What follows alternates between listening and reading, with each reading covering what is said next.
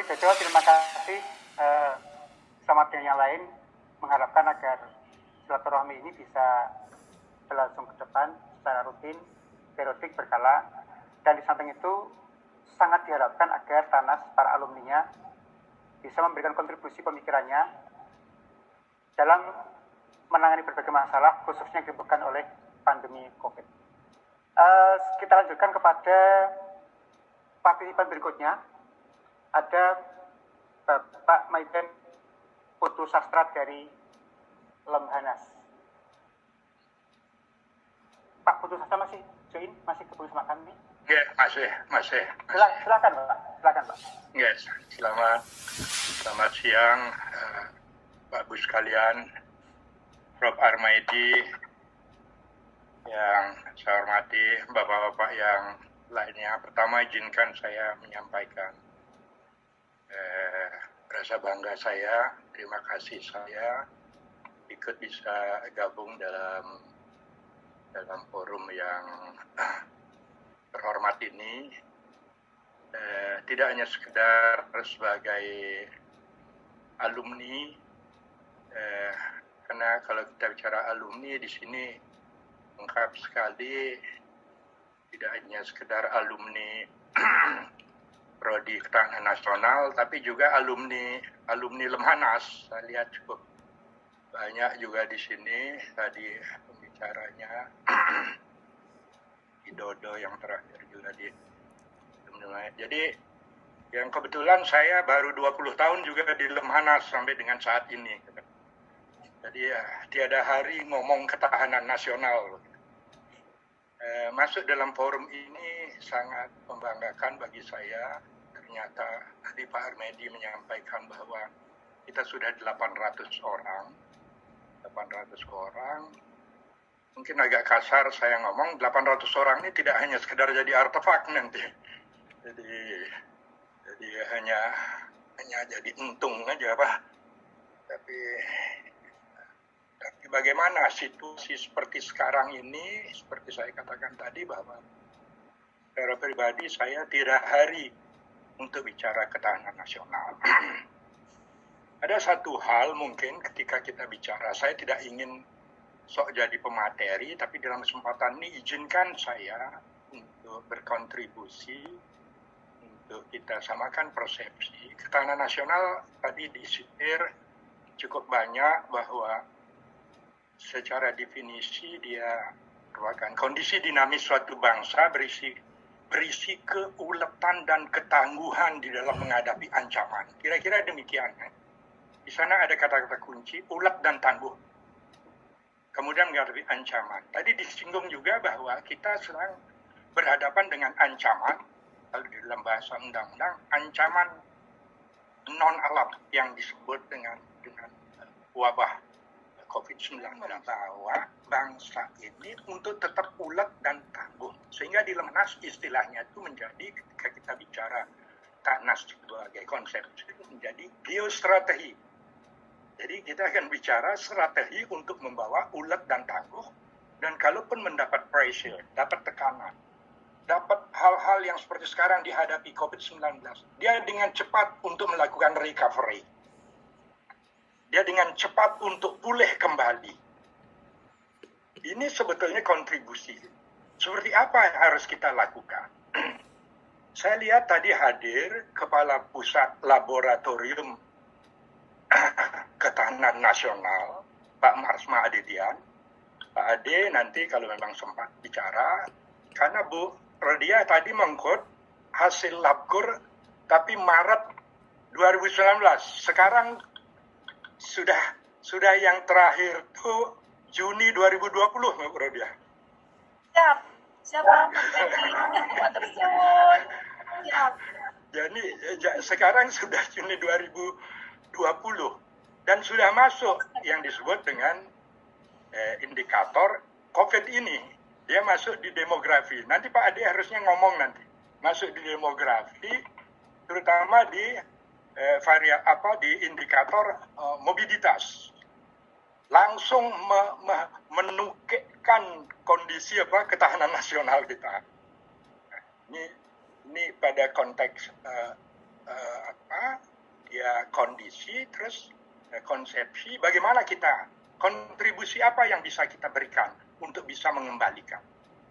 Bagus sekali saya sependapat dengan apa yang sampaikan Bu Rodia tadi, bahwa negara hadir, tetapi mungkin untuk bisa betul-betul optimal, kita tidak mencari atau mencoba untuk berkelit, ngeles, negara Amerika yang kayak begitu dibilang superpower aja setengah mati menghadapi kondisi seperti itu.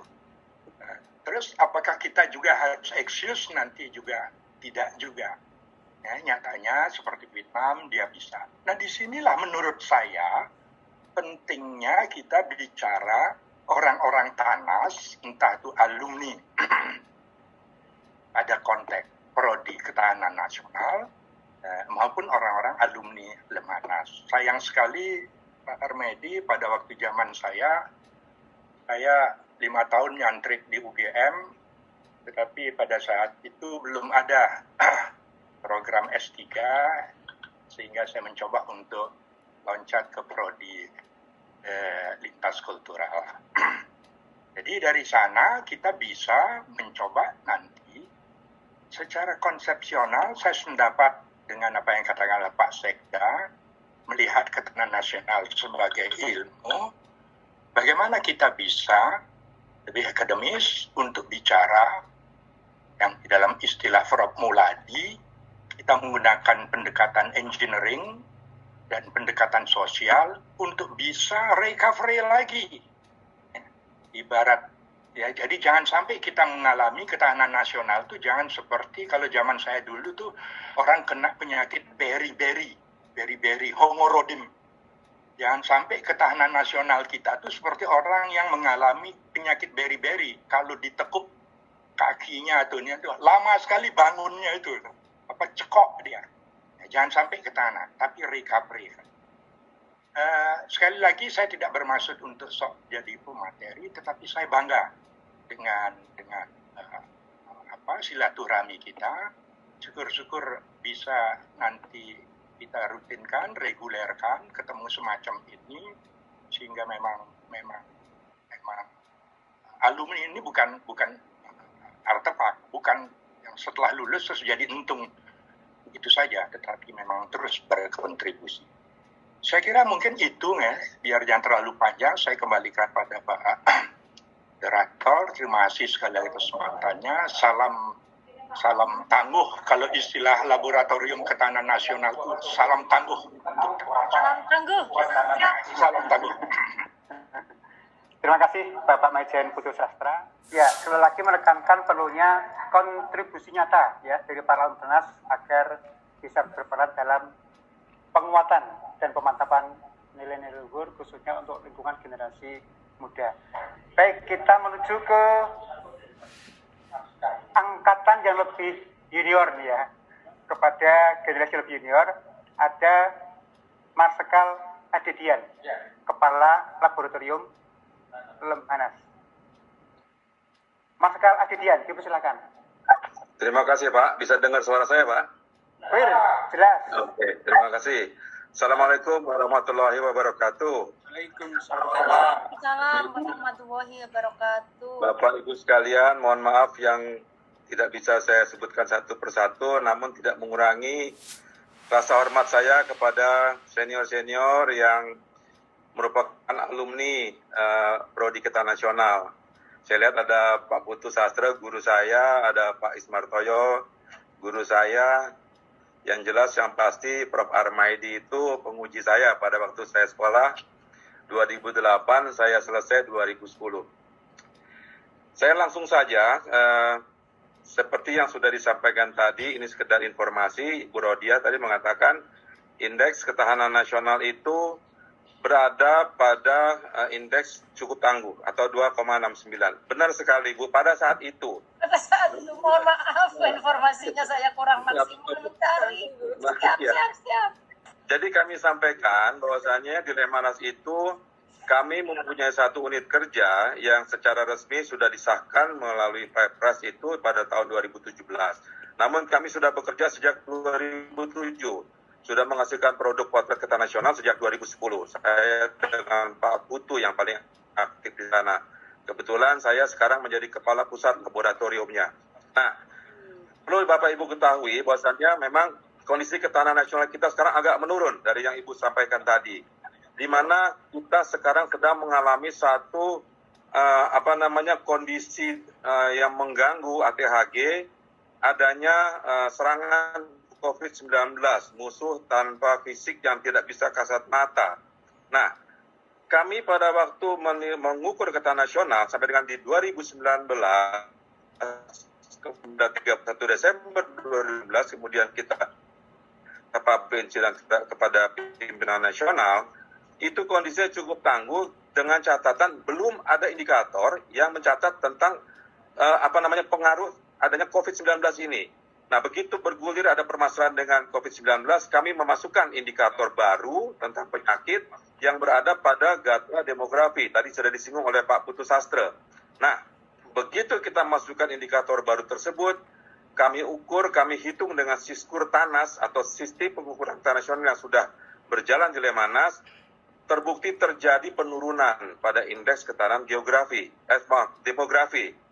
Nah, selanjutnya kita mengenal adanya hubungan korelasi antar gatra, di mana di dalam gatra itu perlu saya informasikan yang terdiri dari 8 gatra, kemudian turun menjadi ada aspek-aspek di sana sebanyak 37 aspek dari 8 gatra, kemudian menjadi 107 variabel dan 821 indikator yang diukur. Nah, dari aspek-aspek yang terukur kemudian menjadi variabel, memang menjadi masalah adalah di variabel morbiditas, di mana di dalamnya terdapat permasalahan COVID-19 tadi. Terjadi penurunan indeks ketahanan demografi. Nah, kemudian saya sampaikan sebelumnya, ada hubungan korelasi antara gatra satu dengan gatra lainnya. Terbukti dengan adanya penurunan pada gatra demografi, rupanya gatra ekonomi terganggu. Kenapa gatra ekonomi terganggu? Pada gatra ekonomi terdapat satu indikator yang mengukur tentang pengangguran.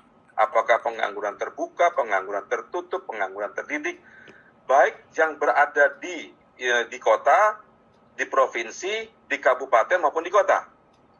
Ternyata memang kita melihat akibat dari COVID-19 ini jumlah pengangguran meningkat. Nah, dengan adanya jumlah pengangguran meningkat, otomatis tambah jumlahnya, nah ini menurunkan tingkat ketahanan nasional pada gatra ekonomi. Walaupun masih pada posisi cukup tangguh di warna hijau. Tetapi perlu diketahui, kalau kita mengukur itu per 5 bagian, di mana kondisi cukup tangguh itu berada pada posisi 2,6. Lebih daripada 2,60 sampai dengan 3,4. Dia berada pada posisi yang sangat-sangat mepet menuju angka 2,6. Nah, jadi memang terbukti bahwasannya di sini adanya gangguan yang secara langsung, bukan tidak langsung, secara langsung mengganggu kondisi ketahanan nasional akibat adanya serangan dari COVID-19 ini. Ya, insya Allah ke depan akan hilang. Jadi itu sedikit saya informasikan kepada Bapak Ibu sekalian, semua peserta webinar ini, bahwasannya di Lemhanas itu sekarang ada satu unit kerja yang namanya Pusat Laboratorium, yang tugasnya adalah yang pertama mengukur ketahanan nasional, kemudian melakukan kegiatan pengukuran tentang kepemimpinan tingkat nasional. Tapi yang PIMNAS ini belum 100% berjalan, karena memang sedang kami rumuskan dan masih dalam proses untuk penyelesaian secara metode dan lain-lain sebagainya. Bapak Ibu sekalian, saya ingin sedikit menyampaikan apa pendapat saya, apapun unek-unek saya dan lain sebagainya, bahwasannya ini masalah ketahanan nasional memang harus kita bumikan. Bukan hanya Pancasila, jelas Pancasila penting, tetapi masalah ketahanan nasional ini harus kita bumikan.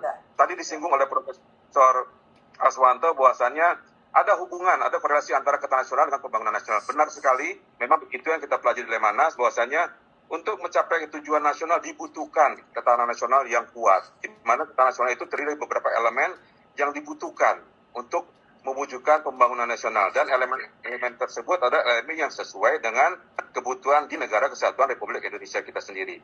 Nah, tadi juga Pak Putu Sastra menyinggung masalah definisi ketahanan nasional, kemudian pendekatan ketahanan nasional itu sendiri. Kita mengenal ada dua pendekatan engineering, kemudian pendekatan sosial. Nah, bagaimana pendekatan engineering adalah bagaimana kita melihat kita bisa kembali kepada bentuk semula, kepada kondisi semula, manakala kita kena turbulensi, kena benturan, dan lain sebagainya. Kemudian apa itu sosial, bagaimana kita beradaptasi. Nah, di sini saya tanya erat sekali dengan serangan COVID-19. Kita mungkin akan terganggu dengan kena penyakit, tetapi bagaimana kita bisa kembali kepada kondisi semula, kita sehat kembali. Itulah yang dimaksud dengan engineering, kembali ke bentuk semula. Kemudian pendekatan sosial, bagaimana nanti kita bisa melakukan kegiatan kehidupan berbangsa dan bernegara dengan kondisi normal baru. Inilah pendekatan, kita bisa beradaptasi. Jadi intinya, engineering adalah bagaimana kita kembali kepada bentuk semula, kemudian pendekatan sosial adalah bagaimana kita bisa beradaptasi dengan kondisi yang ada. Bapak Ibu sekalian yang sangat saya hormati, sekali lagi saya sangat senang diikutkan di acara ini, saya sangat berterima kasih. Kemudian saya kira tadi apa yang disampaikan oleh Pak Ismartoyo, Pak Putu Sastra, saya kira memang benar sekali.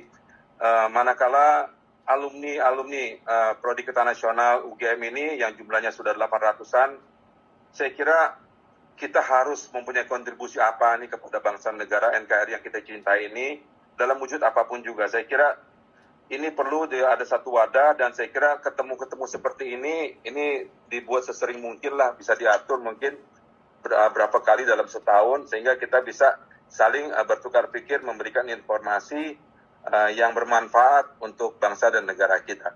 Saya mohon maaf tidak berlama-lama, mungkin next kalau kami diajak lagi, saya akan menyiapkan bahan-bahan yang akan lebih lengkap lah, katakan begitu, sehingga bisa saya sampaikan lebih banyak lagi. Saya kira itu, Bapak. Ya. Terima kasih, mohon maaf jika ada kata-kata yang salah.